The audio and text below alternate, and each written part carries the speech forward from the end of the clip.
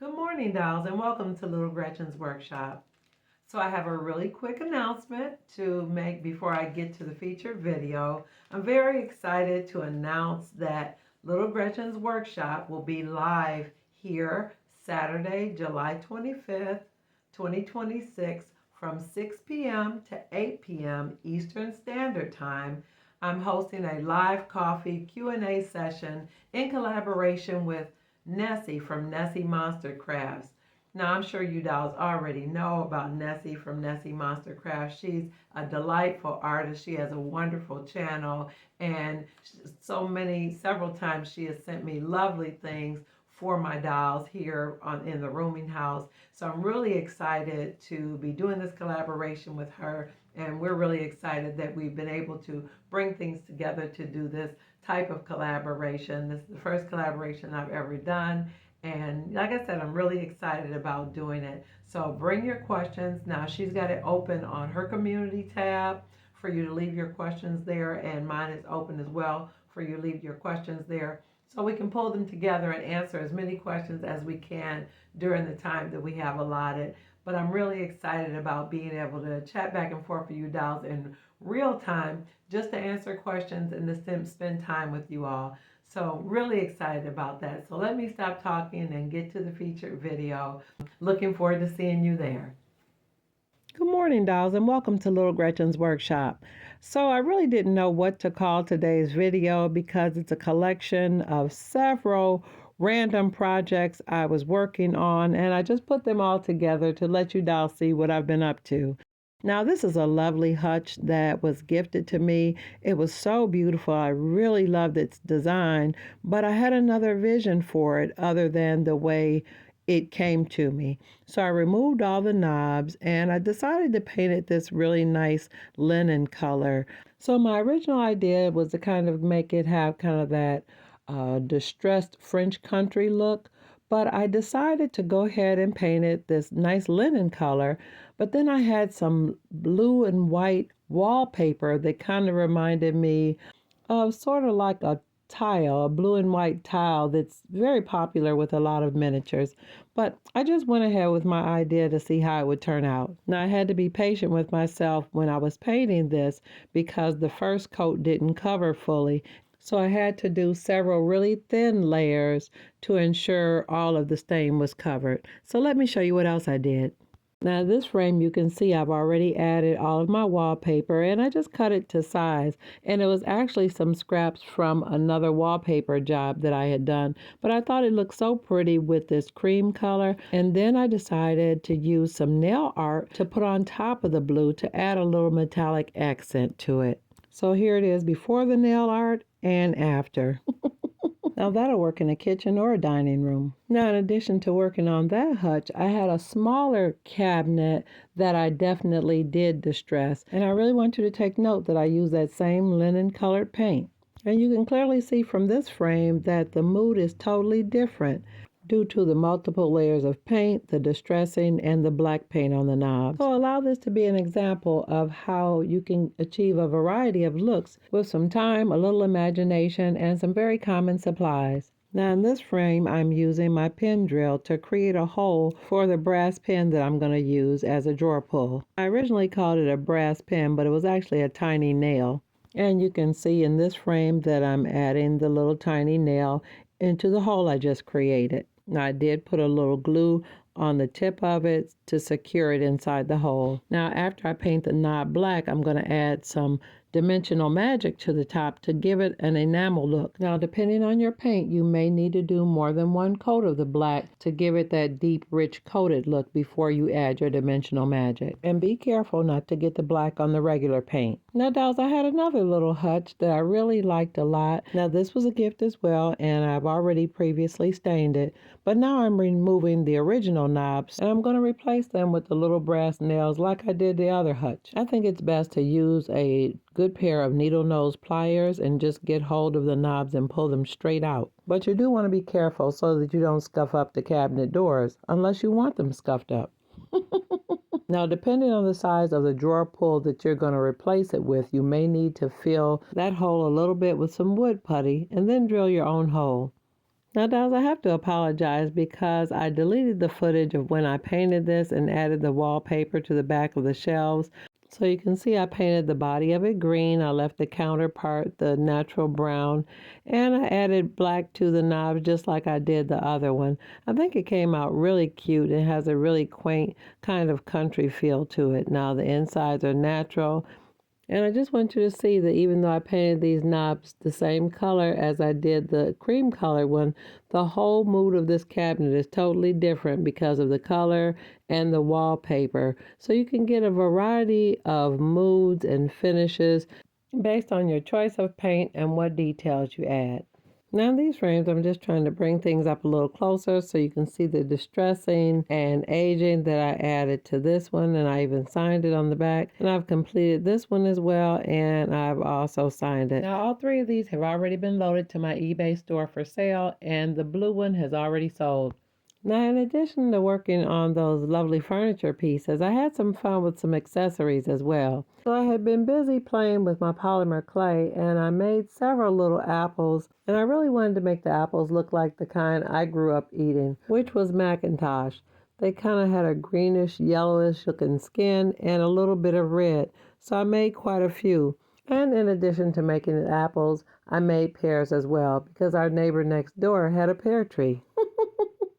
Now, dolls, I always like to make more than I need and save the spares for future projects. And speaking of future projects, let me show you what else I did. Now, this is a decorative centerpiece that I received and I set it aside for Miss Betty, but I added fruit to all the bowls. Now, some of the glue is still drying, but I'm just touching up a couple of the pieces of fruit with a little bit extra eyeshadow to give it that rosy look. But I'm really tickled about the way it turned out, and I used spare pieces of fruit. Now I'm going to allow this to completely dry, and then I'm going to look it over and see what I need to add. And I had so much fun making that one, I made another one. Now this one was made like with a chest piece, and I had sort of like a button grommet, but I flipped it upside down, added glue, and started gluing in my fruit. And I'm bringing this one back to just let you see that I added a few extra grapes to fill in those little spaces. So this is one of those projects that where there is no right or wrong way to do it. When you're arranging fruit on a bowl or in a plate, what you want to do is get glue into the center of the plate or even around the edges, depending on how you're going to arrange the fruit. Now in this frame, you can see that I've backslidden a little bit into my practice of excessive glue use. And it was kind of intentional because I wanted to make sure that the fruit on the bottom is secure. And I don't mind a little bit of oozing because I'm going to add fruit to the top. Now, dolls, you don't want to be unnecessarily messy, but I am using Weld Bond and it dries absolutely clear. Now I want to share with you really quick how I made these lovely little chicken pictures.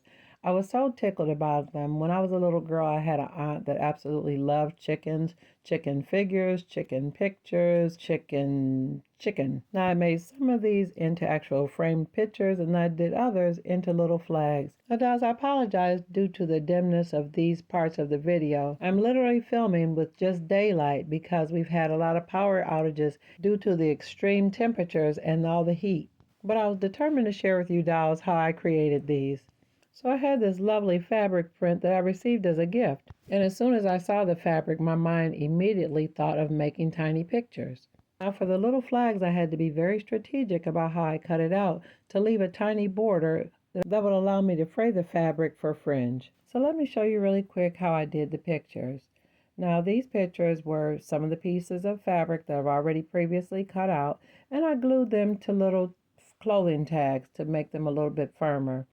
Now, I did use coffee stir sticks, but I ended up using a type that's kind of different from my standard ones. Now, I actually bought them by mistake. They're kind of like made out of bamboo, but I mitered the corners of all the pieces. Now, this is the brand that I purchased.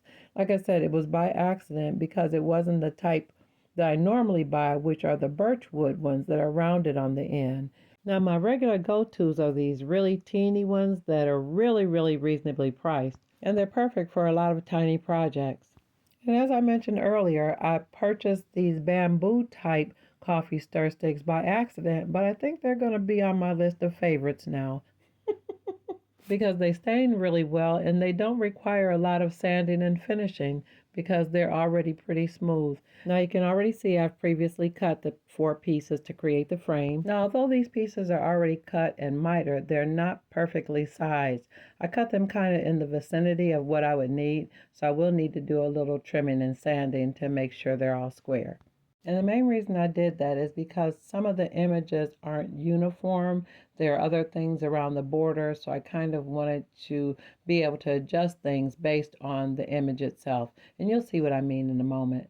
Now these 2 pieces are relatively the same, so I'm going to add a little glue around the top border of the picture. And you can see from this frame, I just used a random clothing tag as the backing of my picture.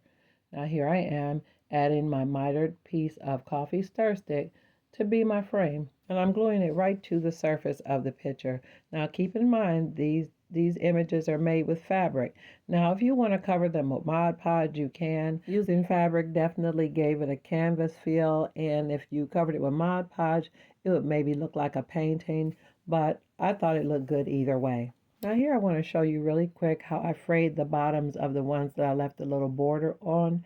Now I'm using my precision tweezers to just kind of catch a few threads right at the bottom and pull them out. Now I didn't want to pull too many to go up into the image or where the chicken's feet are, but I did want to do enough to kind of give it that fringe effect. Now when it came to the flags, I did coat them on the back and the front to prevent fraying. But before I get to that part, I just want to show you how I glued them to the top of a rounded wooden dowel. Now these are like wooden dowels that are already cut, but if you don't have any of those, you can definitely use the middle portion of a toothpick. So in this frame, you can see me using my miter cutter to trim things down to size, and I did kind of sand the ends with my mini hand sander. So here I'm showing you the toothpick and the mini dowel, so either one would be workable for this project. And here you can see me gently laying the image right into the glue and wrapping it around. Now I didn't have enough room or border to wrap it around multiple times, but I bent it enough so it would kind of fold over, and you have to be careful so that you don't get the chicken's head or face in the roll or the bended part. Now I didn't show it here, but I did apply Mod Podge to the front and the back of the tiny flag. And if you wanted to make your images bigger, you could back it with wallpaper or even fabric to make it bigger and more grand. Now, if this is your first time watching and you enjoyed this video and you want to see more content like this, go ahead and subscribe. And always look for me on Mondays after 7:30 p.m. Eastern Standard Time. And let me know in the comments what you like most about this video. Well, dolls, let me go ahead and get off of here because I have more things to load to my eBay store. I need to finish things on my table and prepare for the live Q&A on this coming Saturday. So until next time, I'm looking forward to seeing you right here on Little Gretchen's Workshop. Bye-bye now, dolls.